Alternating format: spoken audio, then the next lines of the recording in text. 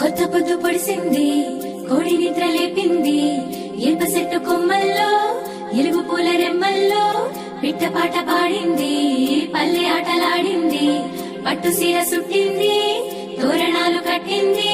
ఊరే మారే జోరే సాగే లేదే మనాది, నింగి నేల పొంగిపోయే రోజే ఉగాది. రామాసిలుక వన్నేలుక వసంతమే విరిసెలి.